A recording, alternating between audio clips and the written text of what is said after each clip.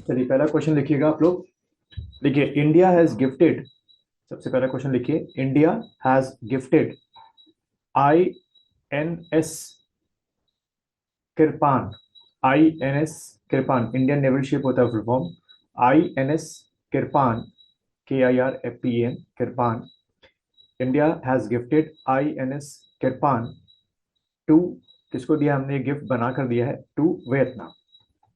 To Vietnam, ठीक है। तो वियतनाम एक छोटी कंट्री है, not able to made his own ship.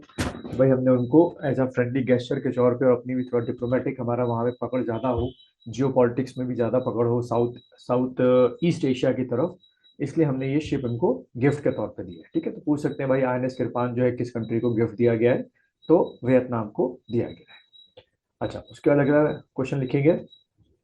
देखिए Pramod Pramod Bhagat, P R A M O D, Pramod Bhagat, Pramod Bhagat won the, इन्होंने क्या जीता है, won the silver medal, won the silver medal, won the silver medal in, कहाँ पे जीता है हमने, in Canada para badminton international 2023 championship.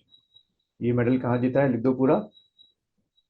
Canada, या कई बुक्स में कैनेडियन लिखा हुआ है, कैनेडियन पैरा बैडमिंटन, पैरा जो पैरा होता है ना फिजिकली जो है, para badminton, para badminton international championship 2023, para badminton international championship 2023।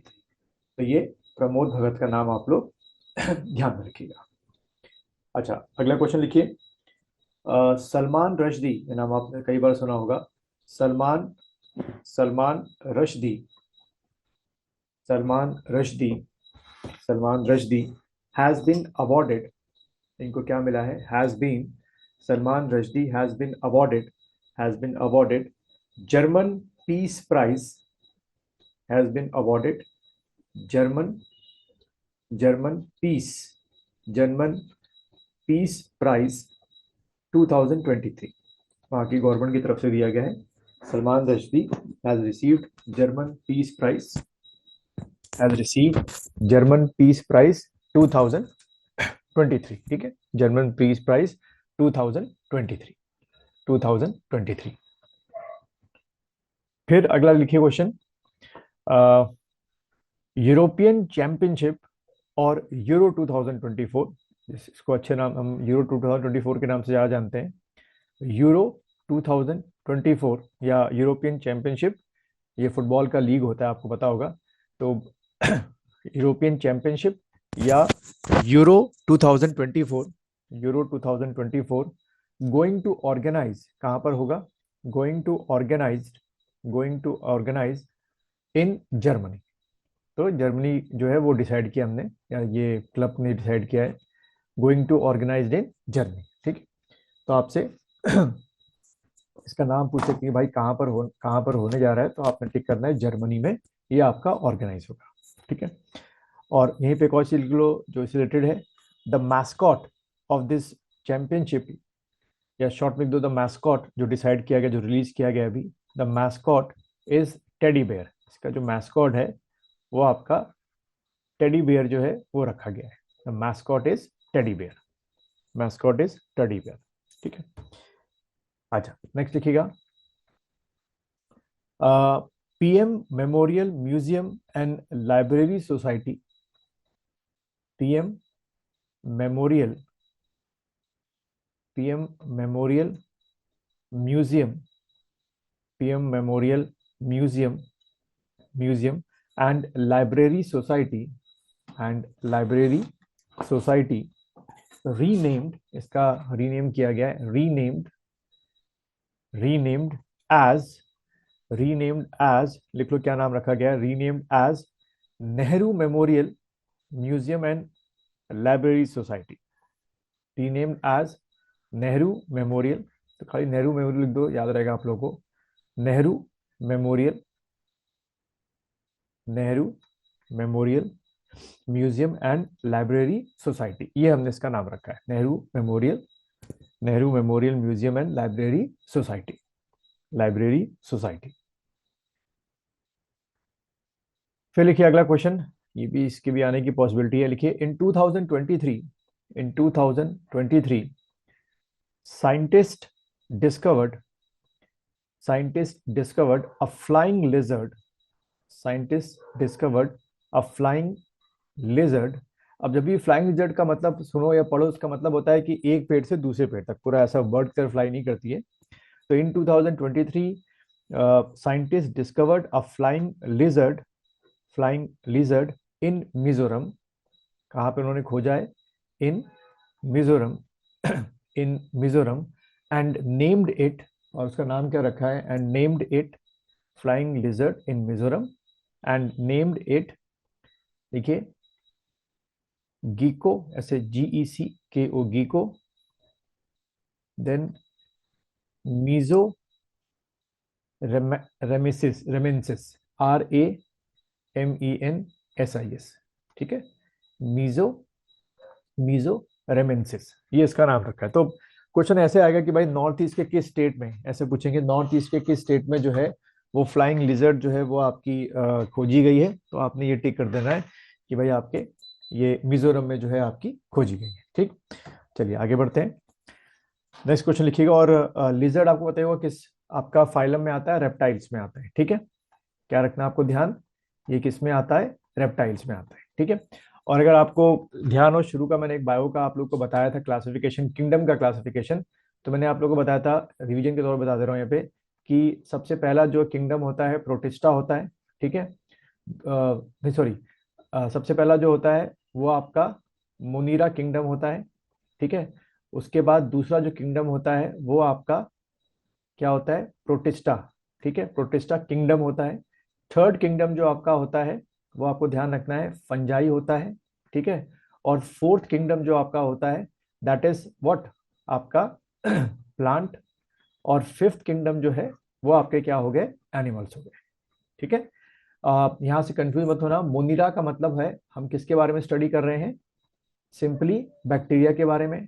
Protista के बारे में हम स्टडी किसके, प्रोटिस्टा किसको कहते हैं? प्रोटिस्टा नॉर्मली हम इनको कहते हैं प्रोटोजोआ को। ठीक है, प्रोटोजोआ जैसे कि मलेरिया हो गया, ये सब हो गए ना, अमीबा हो गया, पैरामीशियम हो गया, ठीक, ये सब क्या होते हैं? प्रोटोजोआ होते हैं। तुमको क्या बोलोगे? प्रोटिस्टा।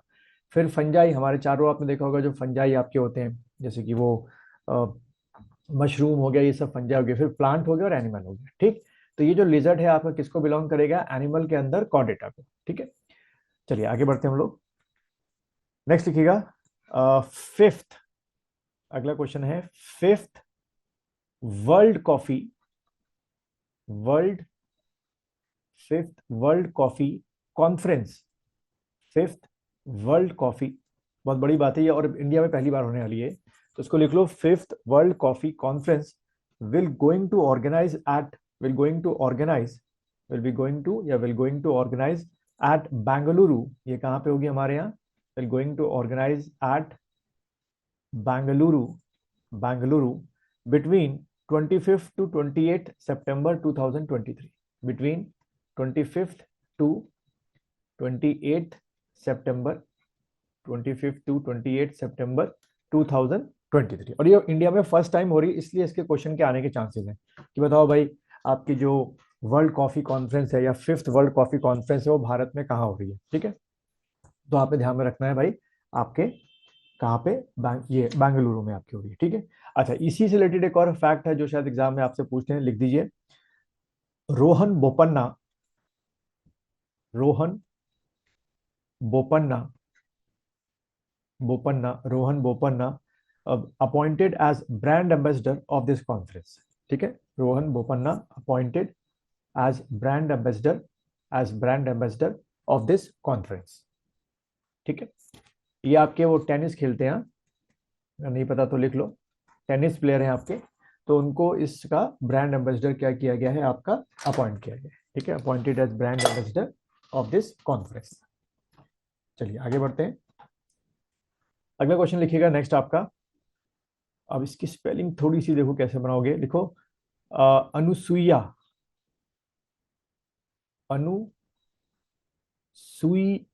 SUYE करके, या अनुसुईया YEA करेगा, अनुसुईया उइके।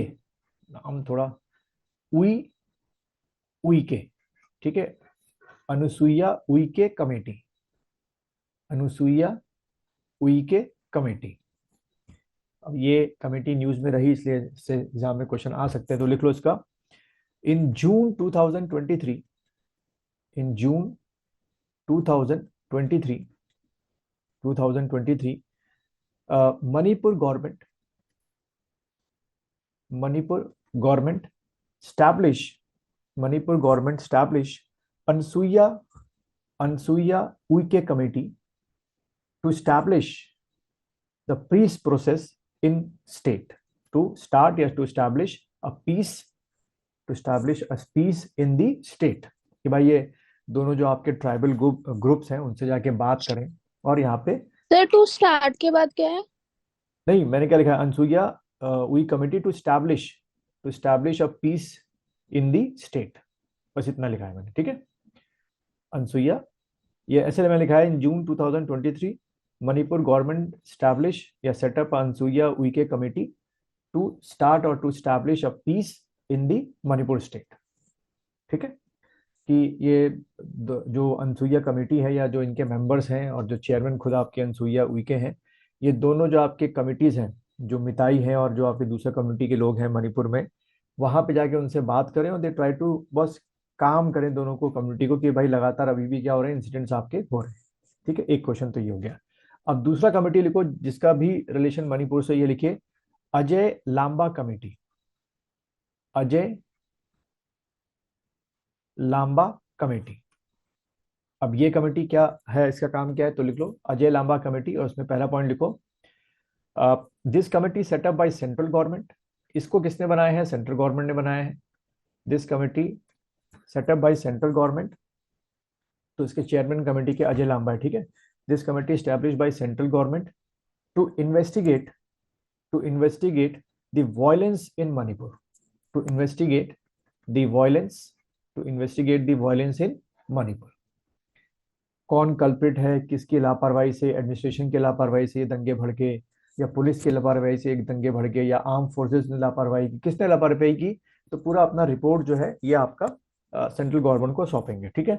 और यहाँ जो आपके ये क्या कहते हैं, जो अजय लांबा साहब हैं, ये आपके रिटायर्ड चीफ जस्टिस है आपके वहाँ के हाई कोर्ट के, ठीक है। तो एक अच्छे को, और बाकी के इसके दो मेंबर हैं, एक रिटायर्ड आईपीएस ऑफिसर को अपॉइंट किया गया, उनके नाम नहीं पूछता डिटेल में, और एक आपके रिटायर्ड आईएएस ऑफिसर को जो है वो अपॉइंट किया गया। यानी कि ये जो कमेटी आपकी है अजय लांबा कमेटी, ये 3 मेंबर की कमेटी है। अब देखिए अपने ये आउटकम में क्या बाहर निकालते हैं।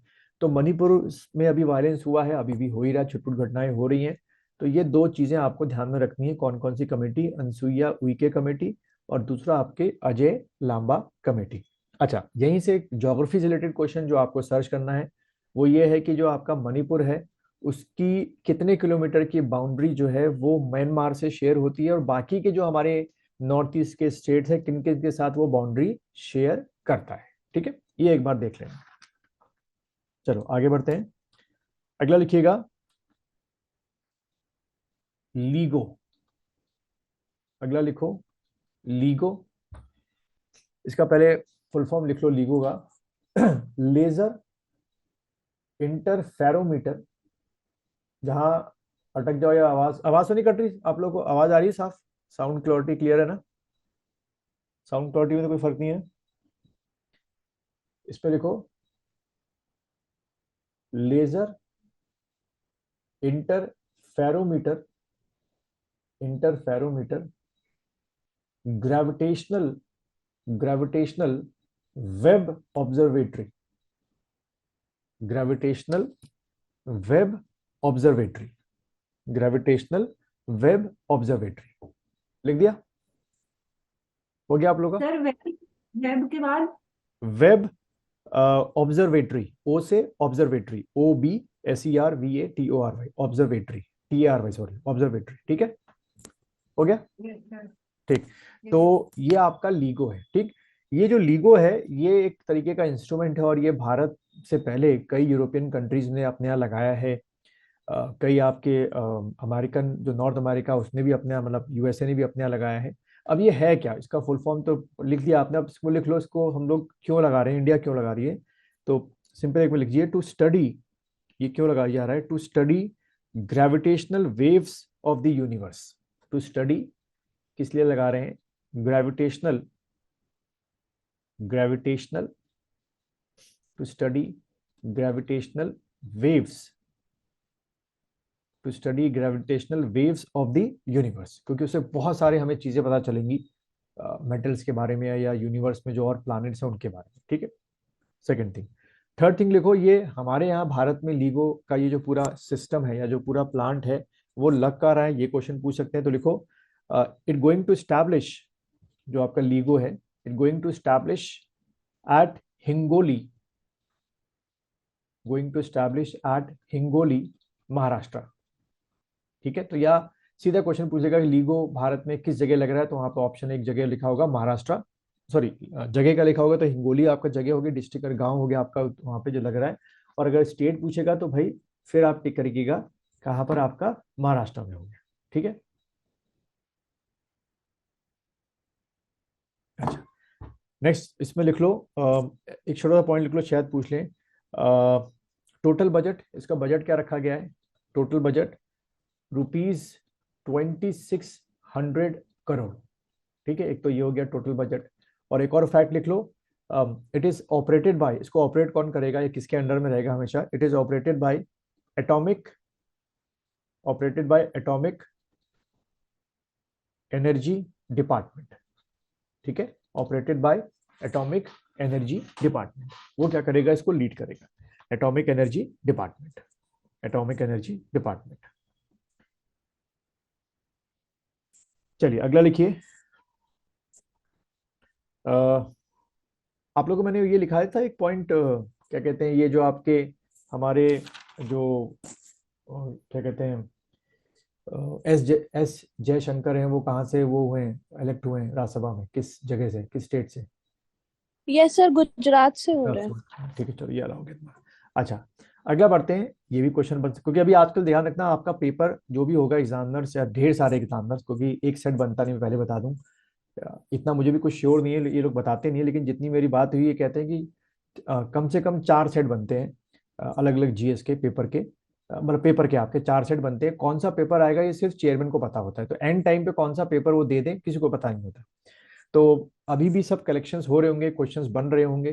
तो मैंने जैसे बताया था कि हम लोग जो है पूरा कब तक का करेंगे, 15 नवंबर तक का करंट अफेयर्स करेंगे, क्योंकि 15 नवंबर के बाद जो है आपका पेपर बनना बंद हो जाएगा, क्वेश्चन छटने बंद हो जाएंगे, तो सारा हमको करके चलना है। खैर, तो इसी को रखते हुए, ध्यान में रखते हुए, अभी जैसे आपको पता है कि नई आपकी जो हमारी वो है क्या सो कॉल्ड आपकी पार्लियामेंट, ठीक है। तो नई पार्लियामेंट को लेकर क्वेश्चन बन सकते हैं। तो सबसे पहले नई पार्लियामेंट कुछ लगाया था मैंने, नई पार्लियामेंट को लेकर क्वेश्चन कुछ इसका, हाँ सर, लिखा दिया था ये तो। है ना, ठीक है। तो नई लोकसभा राज्यसभा के मेंबर्स इंक्रीज हो गए थे। हाँ ठीक, बढ़िया। तो नई पार्लियामेंट में जो अभी आपने देखा होगा बिल कौन सा पास हुआ है आपका, जो वुमेन रिजर्वेशन बिल है वो पास हुआ है। तो मुझे लगता है कि उसका कुछ हिस्ट्री को लेके पूछ सकते हैं, तो एक छोटी सी हेडिंग डाल लो, women reservation bill, women reservation, women reservation, women reservation bill, ठीक है, वुमेन रिजर्वेशन बिल।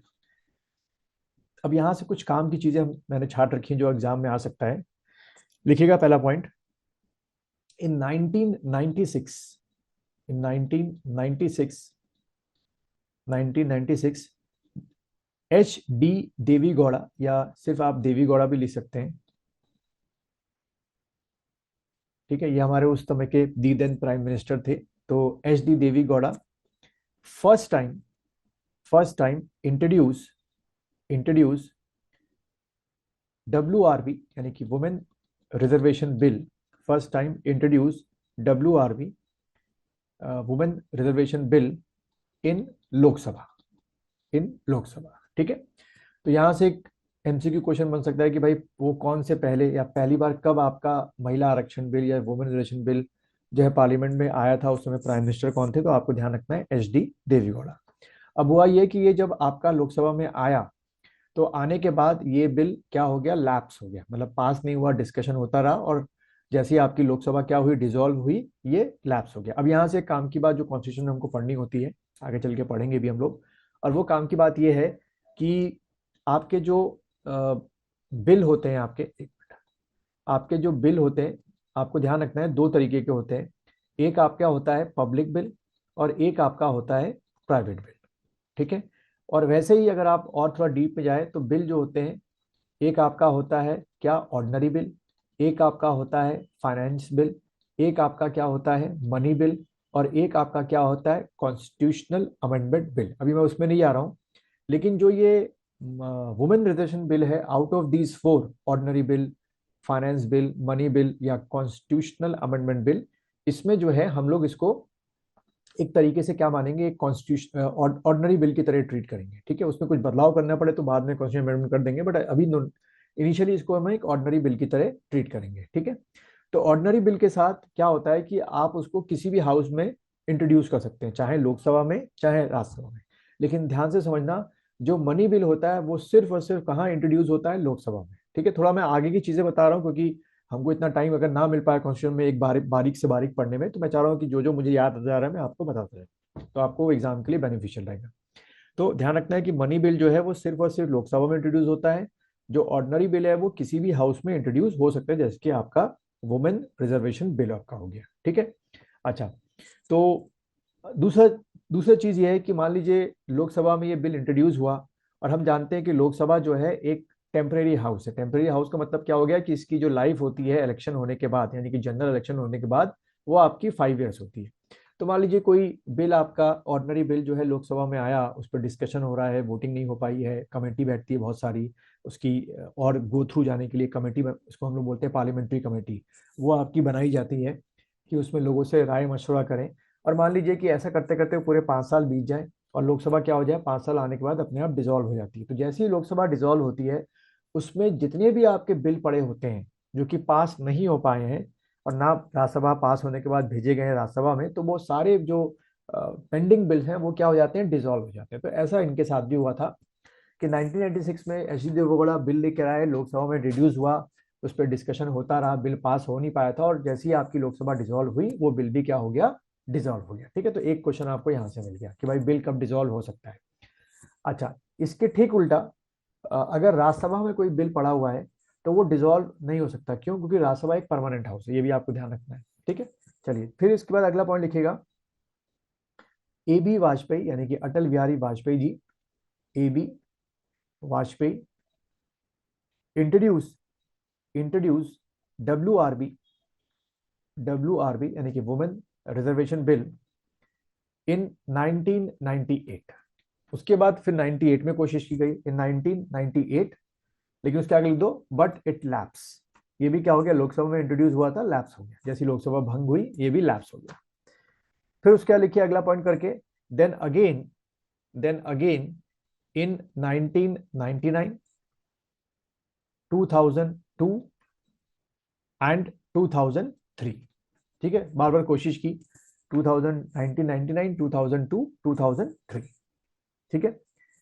देन लिखिए इन 2008, इन इन 2008 इन 2008 WRB यानी कि women reservation bill introduce in Rajya Sabha. अब इस बार इन्होंने राज्यसभा इंट्रोड्यूस किया, introduce in Rajya Sabha introduce in Rajya Sabha and it was passed by Rajya Sabha, it was passed by Rajya Sabha in 2010, it was passed by Rajya Sabha in 2010, और 2010 में पास कर दिया, पास बाय राज्यसभा इन 2010, इन 2010। ठीक है। तो ये अब तक की क्या थी, कहानी थी, किसको लेकर, वुमेन रिजर्वेशन बिल को लेकर। अब यहां से बहुत एक टेक्निकल चीज बता रहा हूं, अगर एग्जाम में आए इतना इन डेप्थ में जाके तो वो आप लोग फंसोगे नहीं। हमारे कॉन्स्टिट्यूशन में एक आर्टिकल है 107। ठीक है। उस 107 आर्टिकल में ये कहा गया, जो मैं अभी बोलता आ रहा था, कि कोई भी बिल अगर लोकसभा में आता है और अगर उस 5 साल के दौरान जो उसका हमारे लोकसभा का जो एक टेन्योर होता है, अगर वो लोकसभा में पास नहीं हो पाया, तो जैसी वो लोकसभा क्या होती है, डिसॉल्व होती है, वैसे ही आपका वो बिल भी क्या हो जाता है, डिसॉल्व हो जाता है। तो आज मैं अखबारों में पढ़ रहा था तो डिबेट ये चल रही थी, अपोजिशन ये कह रहा था कि भाई जब ये बिल 2010 में पास हो चुका था और अभी ये बिल कहाँ पास करवाया गया है, लोकसभा में, लेकिन ध्यान रखना ये लोकसभा में एज अ फ्रेश बिल के तौर पे पास करवाया है। अब वहां पे जो गवर्नमेंट उसका तर्क क्या है, जो लिखा होता है अखबारों में, कि जब ये लोकसभा में सॉरी जब ये बिल राज्यसभा में पास हुआ था, तो राज्यसभा में मैंने बताया था कि जब भी कोई राज्यसभा में बिल आता है और उस समय आपकी लोकसभा डिसॉल्व हो जाए तो बिल का कुछ नहीं बिगड़ता, क्योंकि राज्यसभा तो एक परमानेंट हाउस है। तो यहाँ पे सरकार के जो लीगल एडवाइजर थे उन्होंने ये कहा कि जब राज्यसभा में ये 2010 में बिल पास हो गया था, अच्छी बात है, चलो एक स्टेज पास हो गई थी, उसके बाद इस बिल को कहाँ भेजा गया था, लोकसभा में भेजा गया था। ठीक है, और लोकसभा में बिल पेंडिंग पड़ा हुआ था, और उसके बाद लोकसभा आपको पता है कि 2014 में डिसॉल्व हुई, फिर उसके बाद 2018 में डिसॉल्व हुई। तो उनका ये कहना था लीगल एडवाइजर्स का कि माना कि राज्यसभा में बिल पास हो गया था, लेकिन उसके बाद ये लोकसभा में आ गया था, और 2 बार और 3 बार उसके बाद लोकसभा डिसॉल्व हो चुकी है, तो बिल कब का डिसॉल्व हो चुका है, यानी कि इसको हमको दोबारा से अब राज्यसभा में क्या करना पड़ेगा, पास कराना पड़ेगा। तो अभी आप देखिए जो ये बिल पास हुआ है, वुमेन रिजर्वेशन बिल, ये लोकसभा में पास हुआ है, अब इसके बाद ये राज्यसभा में जाएगा, राज्यसभा में डिस्कशन होगा, वहां वोटिंग होगी, और फिर उसके बाद ये जाएगा प्रेसिडेंट में, और जब प्रेसिडेंट साहब साइन करेंगे तब जाके कहीं ये आपका क्या होगा, वुमेन रिजर्वेशन बिल, जिसमें क्या कर रहे हैं प्रोविजन कि 33% जो रिजर्वेशन है कहाँ दे रहे हैं, लोकसभा में, स्टेट असेंबली में, और ये बात चल रही है कि जो आपके यूपीएससी के एग्जाम होते हैं उसमें भी ये रिजर्वेशन को कंटिन्यू रखा जाए। ठीक है, अभी आपको स्टेट में तो मिलता ही है, जैसे हमारे उत्तराखंड में 30% रिजर्वेशन लड़कियों के लिए। ठीक है, तो अब मुझे लगता है कि अभी, और अखबारों में भी लिखा था कि ये बिल को अभी लोकसभा में तो पास कर दिया है, लेकिन अभी जो 2 स्टेजेस हैं, राज्यसभा और प्रेसिडेंट, तो ये बिल सारी फॉर्मेलिटीज होते होते और फिर जो आपकी डीलिमिटेशन कमीशन है तो उसकी रिकमेंडेशन को इम्प्लीमेंट करते करते ये 2024 के इलेक्शन में तो इम्प्लीमेंट नहीं हो पाएगा वुमेन रिजर्वेशन बिल। ये इम्प्लीमेंट होगा अगला कब, 2029 के जो लोकसभा के इलेक्शन होंगे उसमें। ठीक है, तो ये आपको ध्यान रखना है। सबको समझ में आ गया इतनी कहानी, सबने लिख दिया, कोई डाउट तो नहीं आता किसी को, क्लियर है? ठीक, चलो, तो ये थोड़ा सा फैक्ट ध्यान रखना। जितना मेरा अंदाजा है कि ये फैक्ट्स इतना डिटेल में ना जाके आपसे यही पूछेंगे कि पहली बार किस पीएम ने इंट्रोड्यूस किया था, फिर कितनी बार इंट्रोड्यूस हुआ, तो आपको ध्यान रखना है कि 96 में हुआ, 98 में हुआ, 2, 3, 4, 5, और उसके बाद आपका 6, और एट लास्ट पास हुआ 2010 में, पर उसका पास होने का कोई फायदा नहीं हुआ क्योंकि आपने उसको लोकसभा में भेज दिया, और लोकसभा डिसॉल्व हुई तो दोबारा बिल भी क्या हो गया, डिसॉल्व हो गया। ठीक है, अब यहां देखते हैं अब देखो यहां भी नाटक है, ये इन्होंने लोकसभा में बिल पास किया है, ठीक है, और अभी लोकसभा डिसॉल्व कब होने वाली है, 2024। है ना?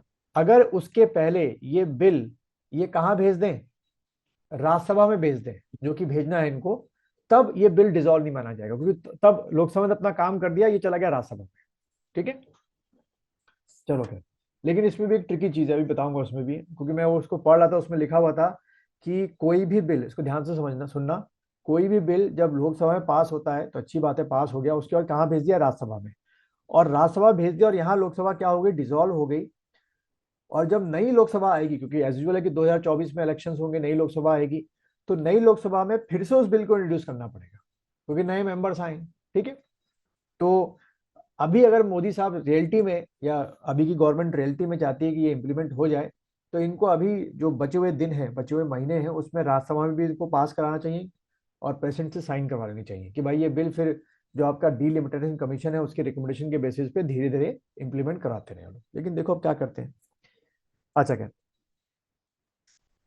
ठीक है, बस चलो, अब हम लोग अपना वो करेंगे, हिस्ट्री का पार्ट लेंगे। ठीक है, Arya Samaj, Arya Samaj was established by Swami Dayanand Saraswati in 1875, in 1875 at Bombay, पहले ये बॉम्बे में खुला था, at Bombay, at Bombay, but later on its headquarters shifted, but later on its headquarters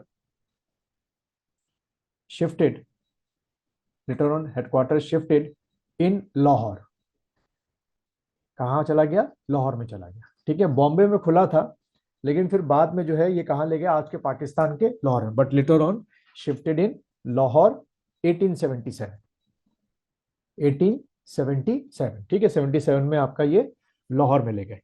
तो ये दो डोटे पूछी जाती हैं कि आपका आर्य समाज का मुख्यालय कहाँ पर है, तो मैं टिक करके आ गया, आपका कहाँ पर खुला था पहली बार में, बॉम्बे में 75 में, बट 2 साल के बाद ही जो है ये स्वामी दयानंद सरस्वती जो थे ये इसको लाहौर में ले गए, या कहते हैं कि लाहौर में एक ब्रांच खुली थी, लेकिन 77 में वहीं पे इन्होंने अपना हेडक्वार्टर शिफ्ट कर दिया। अच्छा, फिर लिखिए द मेन ऑब्जेक्टिव्स या the main objective of Arya Samaj, main objective of Arya Samaj to reestablish Vedic religion in India, to reestablish Vedic religion, ठीक है, Vedic religion in India, Vedic religion in India, दोबारा ये स्टैब्लिश करना। अच्छा, बाकी आप जो देख रहे हैं मूल शंकर, ये इनके बचपन का नाम था, लिखना है तो लिख लो, द रियल नेम या the childhood name of Dayanand Saraswati मूल शंकर। और ठीक है, ये इनके बचपन का नाम था मूल शंकर, ठीक है। और एक क्वेश्चन और भी आता है, इसको सुन लो, याद रहेगा आपको, कि बाद में, अभी नहीं, बाद में जो हिस्टोरियंस थे उन्होंने दयानंद सरस्वती को क्या बोला, Hindu Luther of the north India, ठीक है। या ऐसे लिखा होगा किताबों में या क्वेश्चन में कि which of the following person known as Hindu Luther of North India in 19th century, ठीक है।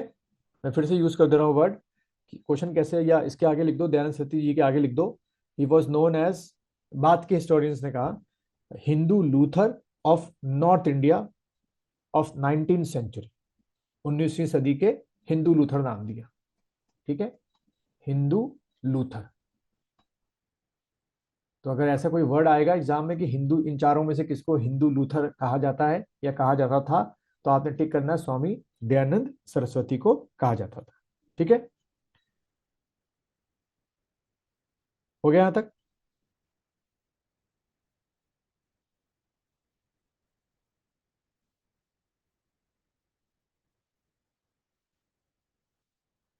सबका हो गया, यहां तक लिख लिया?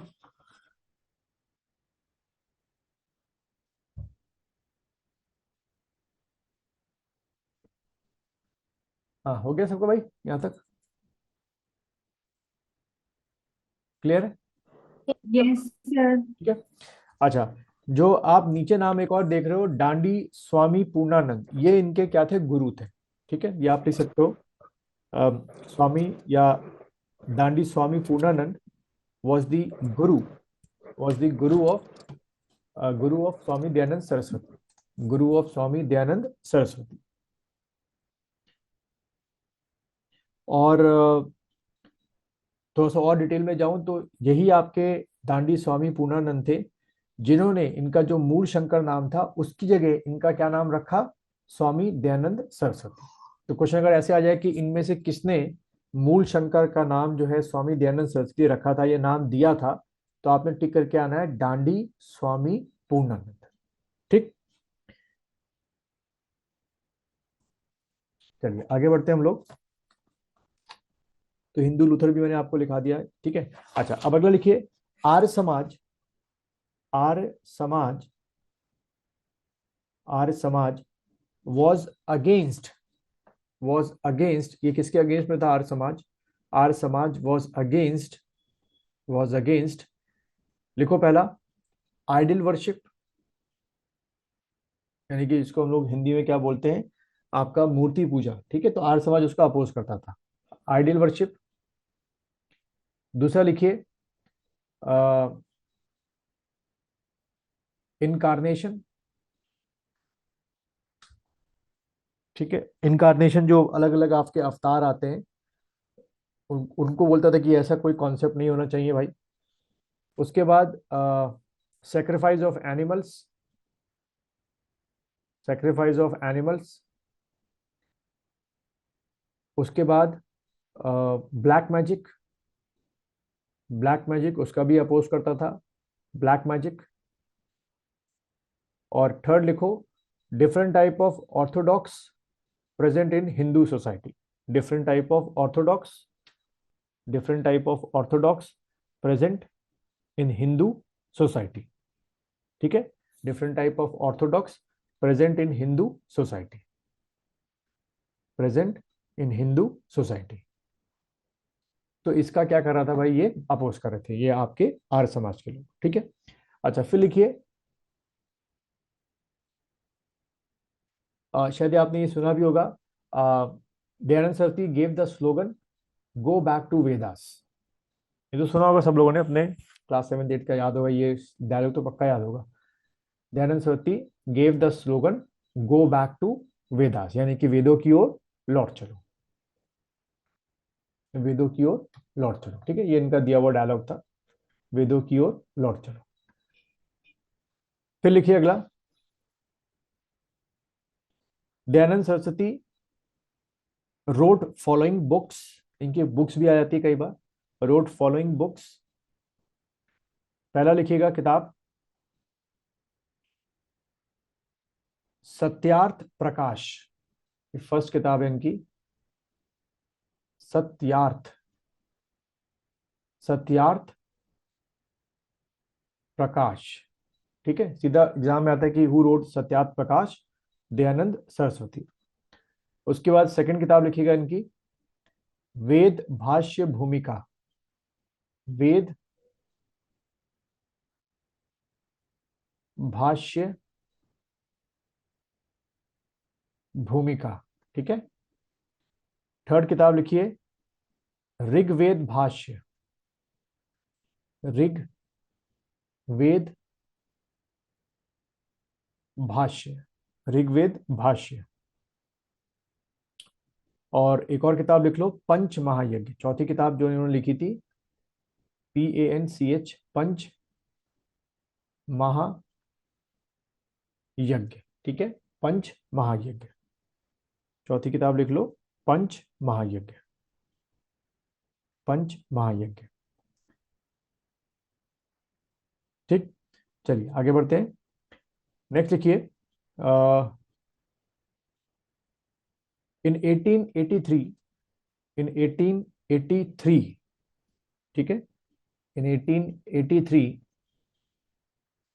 दयानंद सरस्वती डाइड इन अजमेर, इनकी अजमेर में क्या हो गई, डेथ हो। कई कहते हैं कि इनको मारा गया, जो भी हो, कंट्रोवर्सी में नहीं जाएंगे, but died in Ajmer in 1883, ही डाइड इन अजमेर। देन अगला पॉइंट लिखो after his death, after his death Brahmo Samaj divided into 2 parts. जैसे राजा राम मोहन राय मरे थे, उनके बाद फिर भाई उनका डिवीजन होता गया समाज का, वैसे आर्य समाज के साथ भी हुआ। Divided into 2 parts, divided into 2 parts. पहला लिखो जो फर्स्ट ग्रुप था आपका, लिखिए सपोर्टर ऑफ वेस्टर्न एजुकेशन। ये चाहता था कि भाई यहाँ के जो बच्चे हैं वो वेस्टर्न एजुकेशन को अडॉप्ट करें। Supporter of western education, supporter of western education. तो जहां आपने लिखा है सपोर्टर ऑफ वेस्टर्न एजुकेशन, वहां पे आप लिख दो एक एरो बना के इनके जो प्रोमिनेंट लीडर्स थे या मेन लीडर्स थे वो कौन थे, लाला लाजपत राय, लाला लाजपत राय एंड हंसराज, लाला लाजपत राय एंड हंसराज। ठीक है, लाला लाजपत राय एंड हंसराज, लाला लाजपत राय एंड हंसराज लिख दिया, लाला लाजपत राय एंड हंसराज लिखा भाई सबने। और यहीं पे लिख दो फिर ये जो लोग थे लाला लाजपत राय और हंसराज, इन्होंने एक बहुत इंपॉर्टेंट चीज स्टैब्लिश की जो आज भी आपके नॉर्थ इंडिया में है, खासतौर पे पंजाब में, उत्तराखंड में, दिल्ली में, यूपी में, हरियाणा में। और वो क्या है, शायद आप लोगों को पता, देहरादून में है हमारे, क्या ये सुना है, DAV कॉलेज। तो ये Yes, जो sir. है ये इन्हीं की देन है। तो लिख लीजिए अगला पॉइंट बना के इसी में ही, दे स्टैब्लिश। और इन्होंने क्या किया भाई, लाला लाजपत राय ने और हंसराज ने, कि भाई ये वेस्टर्न एजुकेशन बच्चे अडॉप्ट करें, सीखें। तो लिखिए दे स्टैब्लिश दयानंद एंग्लो वैदिक स्कूल, दे स्टैब्लिश दयानंद एंग्लो वैदिक स्कूल। बाद में कॉलेज भी खोले इन्होंने, दयानंद एंग्लो वैदिक स्कूल इन 1886, इन 1886। ठीक है, तो ये DAV स्कूल्स या DAV कॉलेज असल में आर्य समाज के जो फर्स्ट ग्रुप था जो वेस्टर्न एजुकेशन को प्रमोट करना चाहते थे, ये उन्होंने स्टैब्लिश किया था। क्लियर? अच्छा, फिर लिखिए सेकंड आपका, तो ये तो पहला ग्रुप हो गया। अब लिखिए second group was against the western education, but अब नहीं है।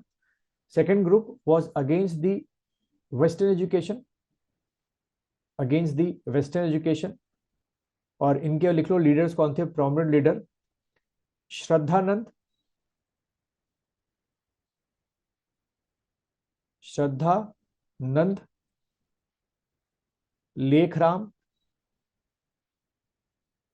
लेखराम एंड मुंशी राम, मुंशी राम।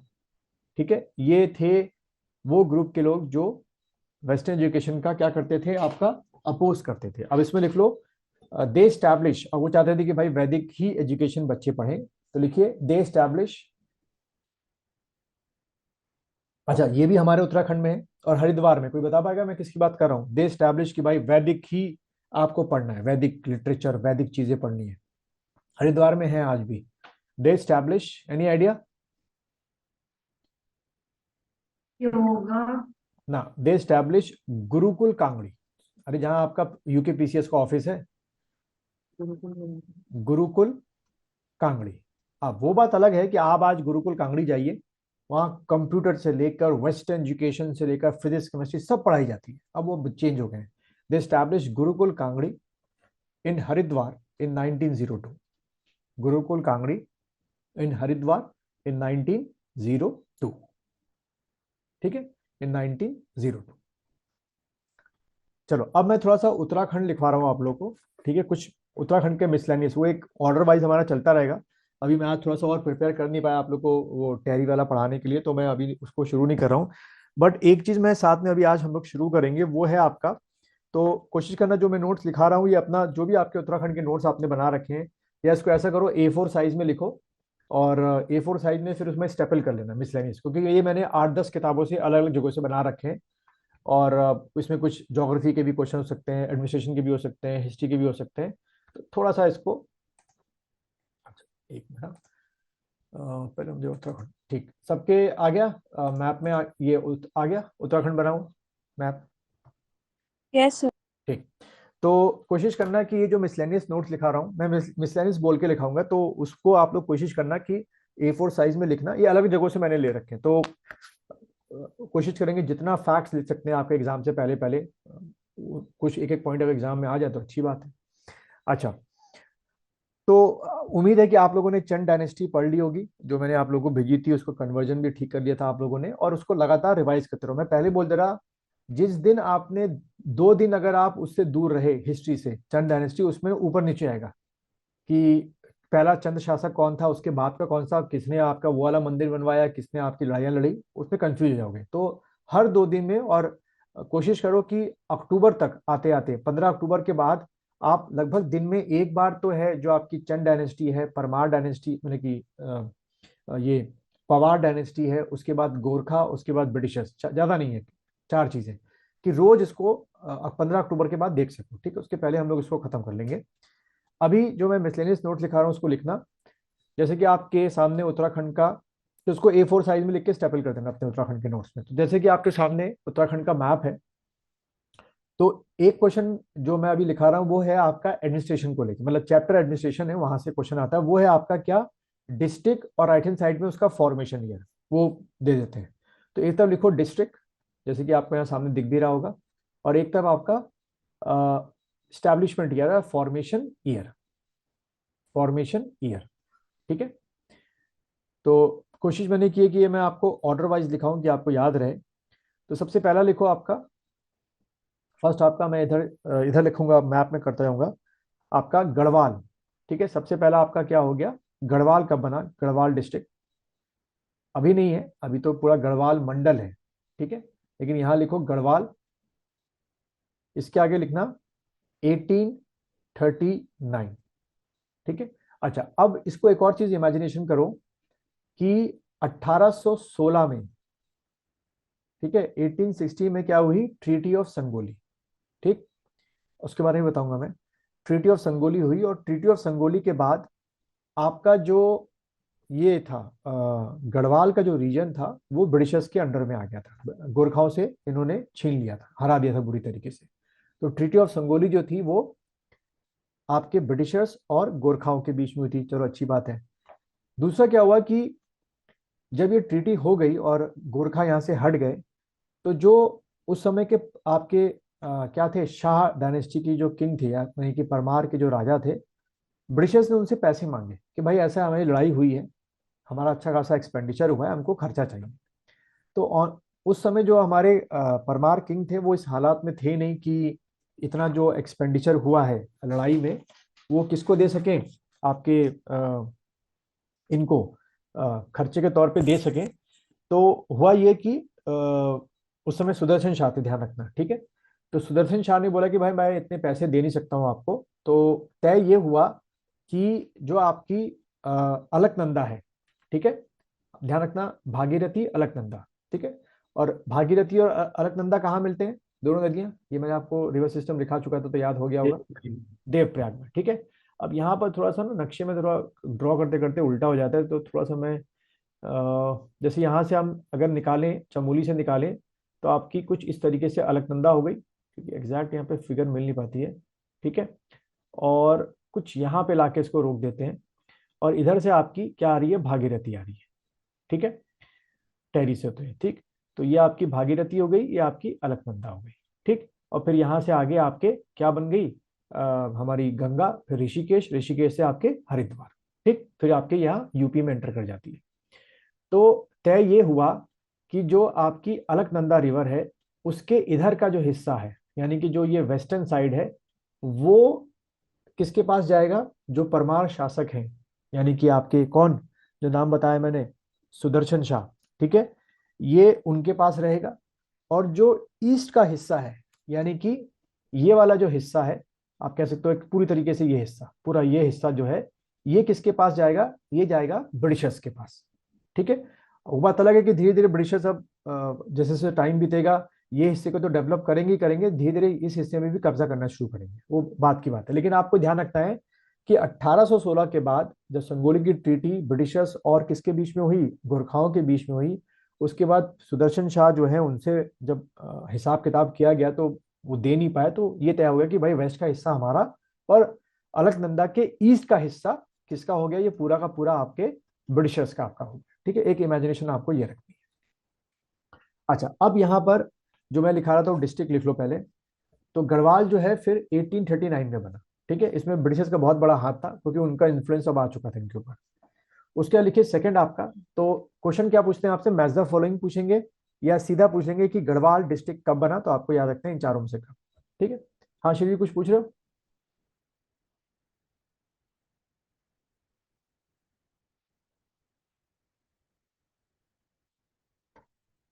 अच्छा ठीक है, सेकंड लिखो आपका गढ़वाल के बाद पौड़ी,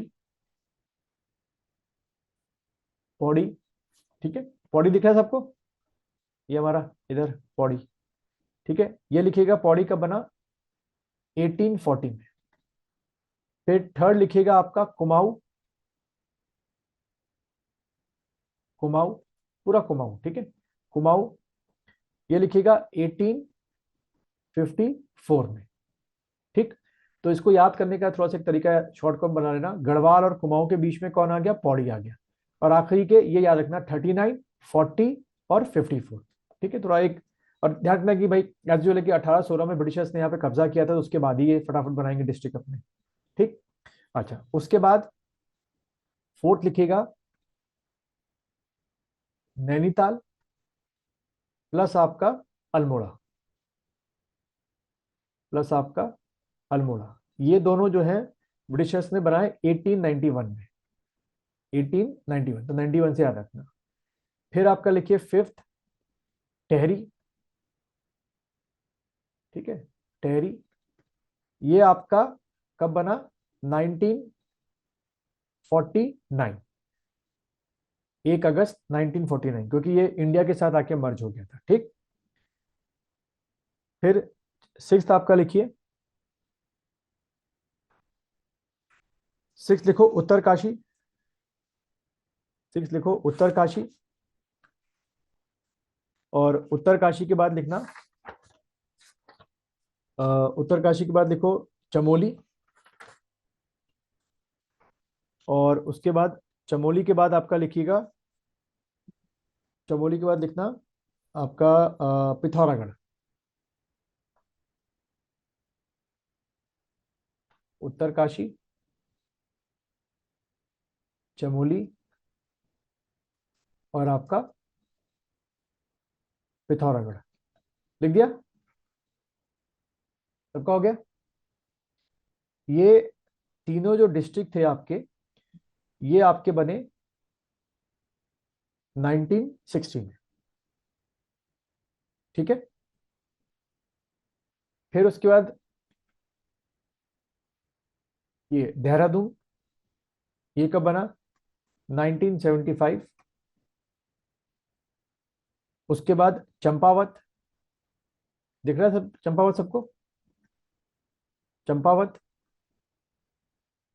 ठीक है, चंपावत लिखो, ये आपका 1972। बट यहां पे लिख देना तहसील, अब बताऊंगा इसके बारे में क्या चक्कर है इसका भी, क्योंकि इसको पहले पिथौरागढ़ के साथ रखा गया था। ठीक है, बाद में फिर बहुत प्रॉब्लम्स हुई, क्योंकि पिथौरागढ़ फिर अपने आप में बहुत बड़ा बन गया था। ठीक है, तहसील लिख देना इसमें, चंपावत। देन उसके बाद देखिए हरिद्वार, अलग से डिस्ट्रिक्ट का बनाया गया हरिद्वार, ये लिखिए 1988। 1988। उसके बाद आपका रुद्रप्रयाग,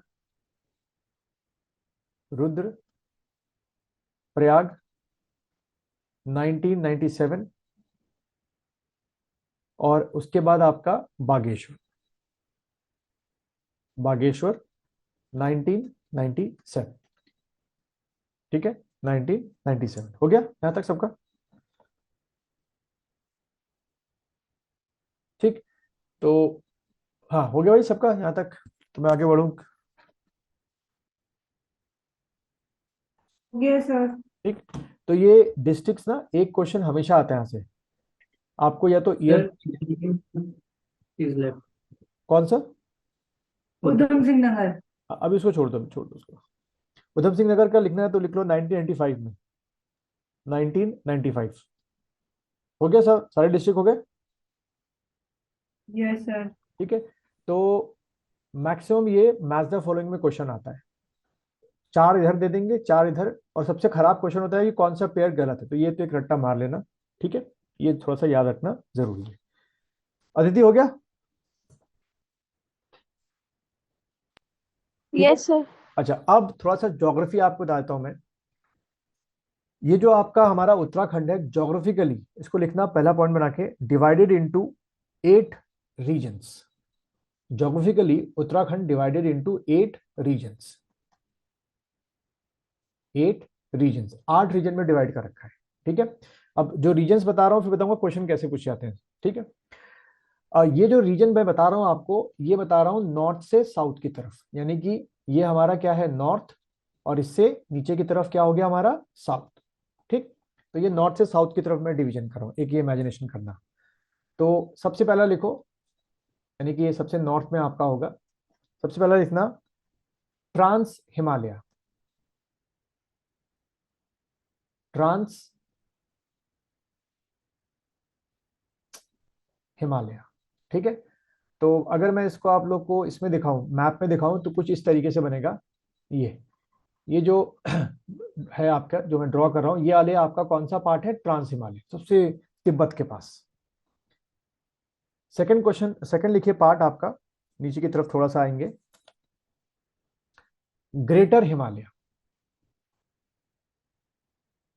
ग्रेटर हिमालय यानी कि कुछ इस तरीके से, यहां से ये जो आपका पार्ट है दैट इज ग्रेटर हिमालय, और ये वाला ट्रांस हिमालय।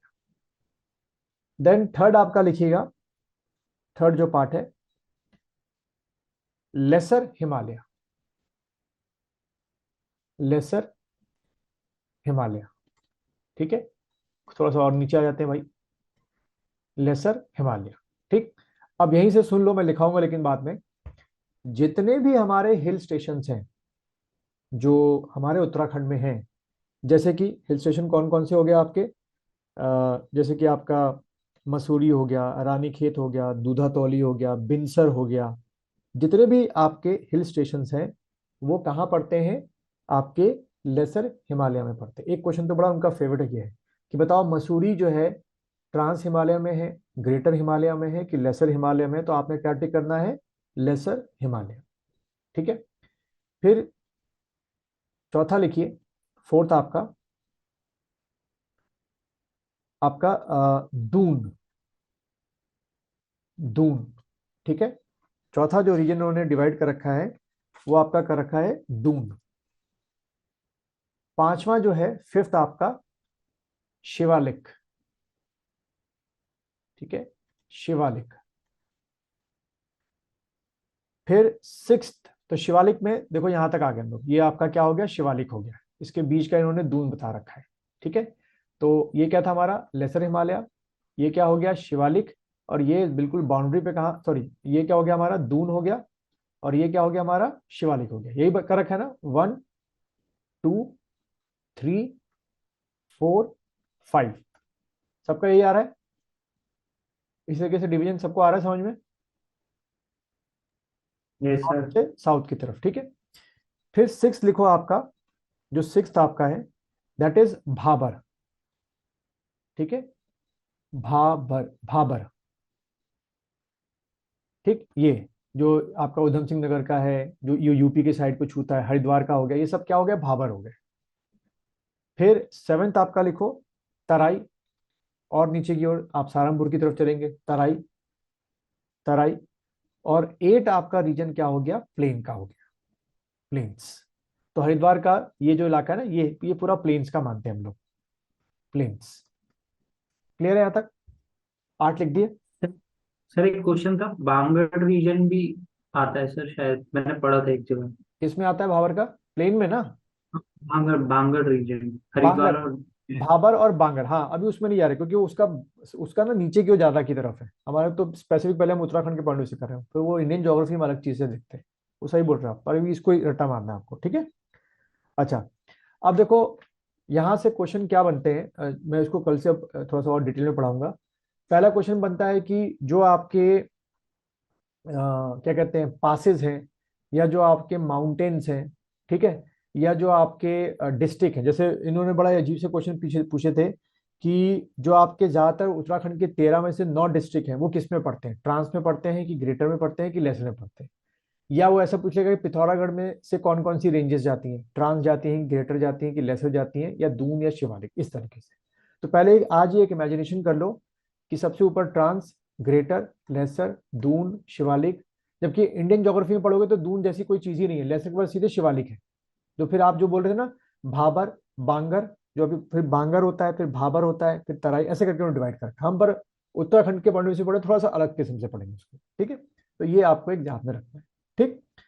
तो आज के लिए हम लोग इतना रखते हैं, कल इसी को हम लोग क्या करेंगे आगे कंटिन्यू करेंगे, ठीक है। कोई सवाल अभी, ये कर लोगे, ठीक।